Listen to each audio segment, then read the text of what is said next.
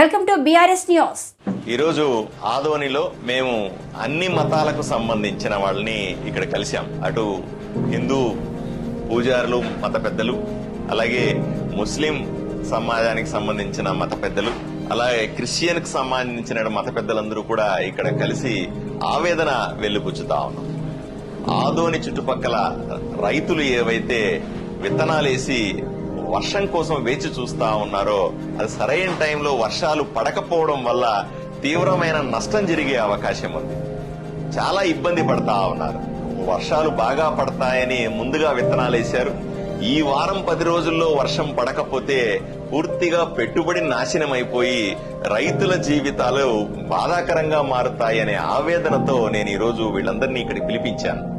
అందరూ కూడా ప్రార్థనలు చేశాం. నేను వీళ్ళందరినీ రిక్వెస్ట్ చేస్తా ఉన్నా, హిందూ మతానికి సంబంధించిన అన్ని దేవాలయాల్లో కూడా దయచేసి ఈ వారం రోజులు ప్రార్థనలు జరిపించాల్సిందిగా కోరుతా ఉన్నాను. అలాగే ముస్లిం మత పెద్దలందరినీ కూడా రిక్వెస్ట్ చేస్తా ఉన్నారు. అన్ని మసీదుల్లో, దర్గాల్లో ప్రత్యేకంగా వర్షం కోసం ప్రార్థించమని రిక్వెస్ట్ చేస్తా ఉన్నాను. అలాగే క్రైస్తవుల పెద్దలందరినీ అడుగుతా ఉన్నాను. అన్ని సుమారుగా 160 చర్చిలు ఉన్నాయి. ఇక్కడ 160 చర్చిల్లో కూడా ప్రత్యేకంగా వర్షం కోసం ప్రార్థించమని వీళ్ళు రిక్వెస్ట్ చేస్తా ఉన్నాను. ప్రజలను కూడా రిక్వెస్ట్ చేస్తా ఉన్నా, ప్రతి ఇంటిలో కూడా ప్రతి ఒక్కరూ కూడా దయచేసి దేవుణ్ణి ప్రార్థించండి. ఎందుకంటే దీంట్లో సైన్స్ ఏమీ లేదు. వర్షం పడాలంటే దేవుడు కరుణించడం తప్ప వేరే మార్గం మనకు లేదు.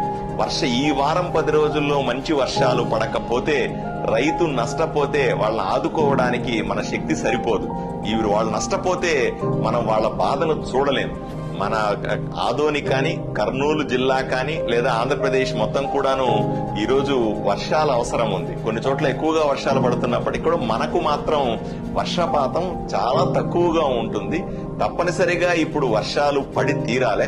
పడకపోతే జరిగే నష్టాన్ని ఊహించుకోవడానికి నాకెంతో భయానకంగా అనిపిస్తుంది, బాధగా అనిపిస్తుంది అనే ఉద్దేశంతో కేవలం ఈ సమయంలో ఏ ఆఫీసరో, ఏ రాజకీయమో, ఏ సైన్సో పనిచేయరు. కేవలం దేవుడు మాత్రమే సాయం చేసి, వరుణ దేవుడు ఈరోజు కరుణించి మనకు వర్షం ఇస్తే తప్ప మన రైతుల జీవితాలు బాగుపడవు. వాళ్ళ కోసం మనం అందరూ కూడా ప్రార్థించాలా.